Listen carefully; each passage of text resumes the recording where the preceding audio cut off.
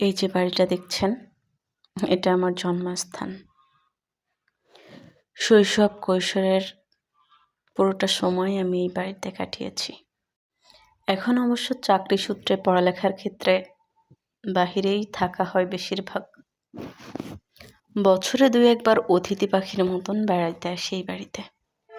সেই যে ২০২১ সালে ঘর ছাড়লাম, আর ঘরে ফেরা হলো না।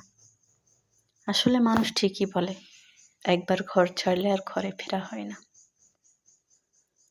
তারপর বিয়ে করে হয়তো শ্বশুরবাড়ি, নয়তো অন্য কোথাও। এটাই আসলে মেয়েদের জীবন। মেয়েদের আসলে কখনো নিজের বাড়িই হয় না। প্রতিবার বাড়ি এসে ১-২ দিন থাকা হয়, মন টিকে না বাড়িতে, কেন জানি ভালো লাগে না। মনে হয় ছোটবেলাটায় ফিরে যাই। ছোটবেলায় চাচাতো ভাই বোনরা মিলে একসঙ্গে স্কুলে যেতাম, মেঠো ভাত দিয়ে, মানে কত সুখ আর কত শান্তিই না ছিল। স্কুল থেকে ফিরে খেলাধুলা, সন্ধ্যা গড়িয়ে যেত, তারপর বাসায় আসতাম, আম্মুর বকা। মানে জীবনটা অন্যরকম ছিল, না কোনো টেনশন ছিল। তখন মনে হইতাম যে বড় হব কবে, অনেক টাকা ইনকাম করব, বা এরকম চিন্তা ভাবনা ছিল। এখন মনে হচ্ছে একদম ছোটবেলায় যখন প্রাইমারি স্কুলের জীবনটা ছিল, ওই জীবনটাতে ফিরে যাইতে ইচ্ছা করে। এইবার আসলে বাড়িতে থাকার অনেক দিনের ইচ্ছা আছে। ঢাকা শহরে একটু দেরিতে ফেরার ইচ্ছা। আল্লাহর কাছে আমার একটা অভিযোগ আছে। সবসময় আমি অভিযোগ করি যে আল্লাহ কেন আমাকে এত নরম সফট মন দিয়ে দুনিয়াতে পাঠাইছে। কেন জানি না মানুষের সঙ্গে খারাপ ব্যবহার করতে পারি না।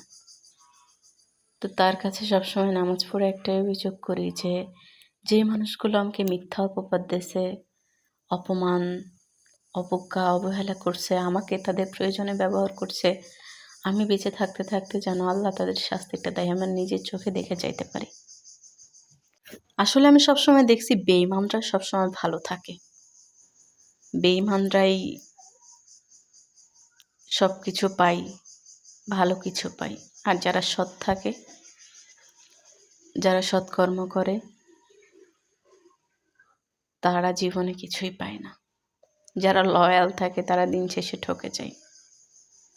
আল্লাহর কাছে একটাই অভিযোগ যে যারা মিথ্যা অপবাদ দিছে, মিথ্যা অপবাদ দিয়ে ছেড়ে যেতে বাধ্য করছে, তাদের বিচার যেন আল্লাহ করে। আমাদের বাড়িতে অনেক রকম ফলের গাছ আছে। আসলে সিজন অনুযায়ী তো একটা ফল এক এক সময় ধরে। তো আপাতত ২-৩ রকমের ফল ছাড়া কোনো ফলই নাই বাড়িতে। আর এই যে আমগুলো এখন ছোট ছোট, নেক্সট টাইম যখন বাসায় আসবো, মানে গ্রামের বাড়িতে আসবো, তখন দেখবো এগুলো পেকে খাওয়ার উপযোগী হয়ে গেছে বা শেষ হয়ে গেছে, এরকমটা হবে। কিছুদিন পরে এগুলো ঝড়ে সব পড়ে যাবে, আবার কিছু কিছু থাকতেও পারে। আমি ছাগলটাকে দেখতেছিলাম যে আমার ড্রেসের সঙ্গে ম্যাচিং হয়ে গেছে।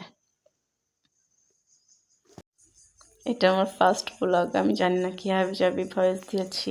আল্লাহ হাফেজ, বাই, টাটা।